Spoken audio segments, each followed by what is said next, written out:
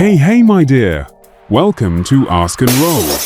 Today, we are going to learn permission questions like a pro, using a fun refusion base. Let's go! Oh yes! This drilling exercise with music is designed to improve our pronunciation, our diction, and to memorize useful chunks of questions that can be used in many real-life scenarios. Following the music, we are going to repeat, "Please can I," 2 or 3 times. Then we will say the verb from the screen. For example, please can I, please can I, please can I open the door? Please can I, please can I, please can I open the door? Your turn. Let's start.